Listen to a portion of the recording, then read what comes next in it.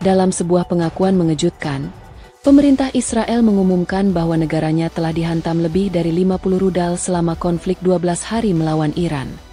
Namun, skala penuh dari kerusakan yang ditimbulkan serangan-serangan ini diperkirakan tidak akan pernah terungkap sepenuhnya ke publik.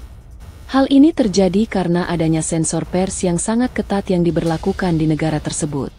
Pembatasan media semacam ini sudah menjadi praktik lama di Israel.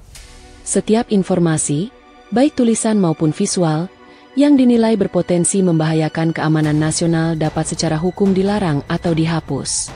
Definisi keamanan nasional sendiri seringkali dinilai kabur, memunculkan beragam interpretasi.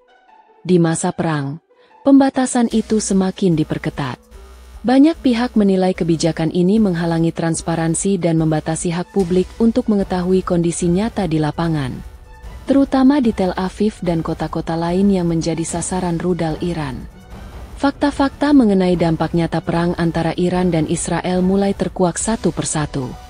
Klaim superioritas yang selama ini digaungkan oleh para pejabat Israel, termasuk Perdana Menteri Benyamin Netanyahu, kini berhadapan dengan bukti-bukti yang tak terbantahkan.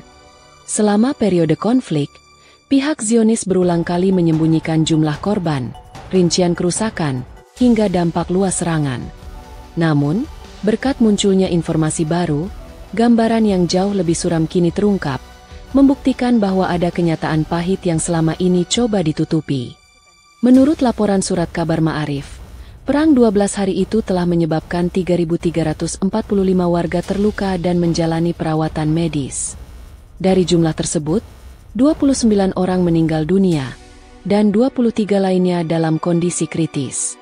Angka kematian diperkirakan masih akan bertambah. Salah satu momen menentukan terjadi ketika rudal Iran menghantam Beersheba, menewaskan 4 orang termasuk seorang prajurit IDF, Kopral N. Zaks.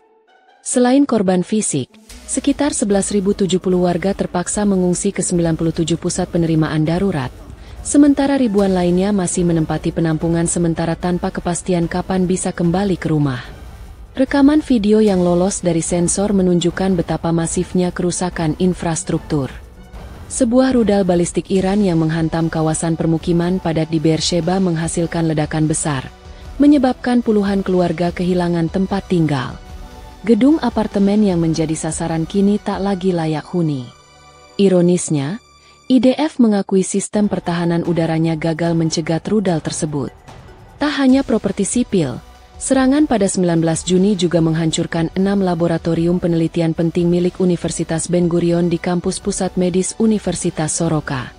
Proyek penelitian medis dan biologi bertahun-tahun musnah seketika, dengan kerugian mencapai ratusan juta shekel.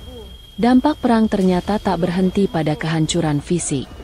Pasca serangan rudal Iran ke kompleks kilang minyak Bazan di Israel Utara, pemantauan otoritas mendapati tingkat emisi benzena 100 kali lebih tinggi dari batas normal.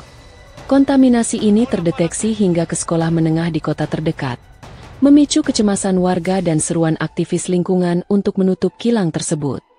Semua fakta ini baru terungkap karena kuatnya kontrol pers di Israel.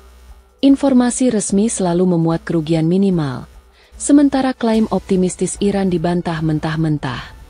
Pemerintah Israel bahkan menetapkan media mana yang boleh meliput, melarang Al Jazeera sejak Mei 2024, dan menjatuhkan sanksi pada harian Haaretz atas liputan kritisnya. Menurut Federasi Jurnalis Internasional, sedikitnya 164 jurnalis tewas di Gaza sejak Oktober 2023 akibat konflik ini.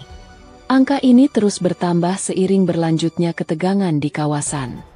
Bukti-bukti baru yang terus bermunculan menegaskan, klaim kemenangan Israel tak lebih dari sekadar retorika. Dengan ribuan korban, kehancuran infrastruktur, kontaminasi lingkungan, dan trauma sosial mendalam, menjadi jelas bahwa Israel tidak dalam kondisi baik-baik saja.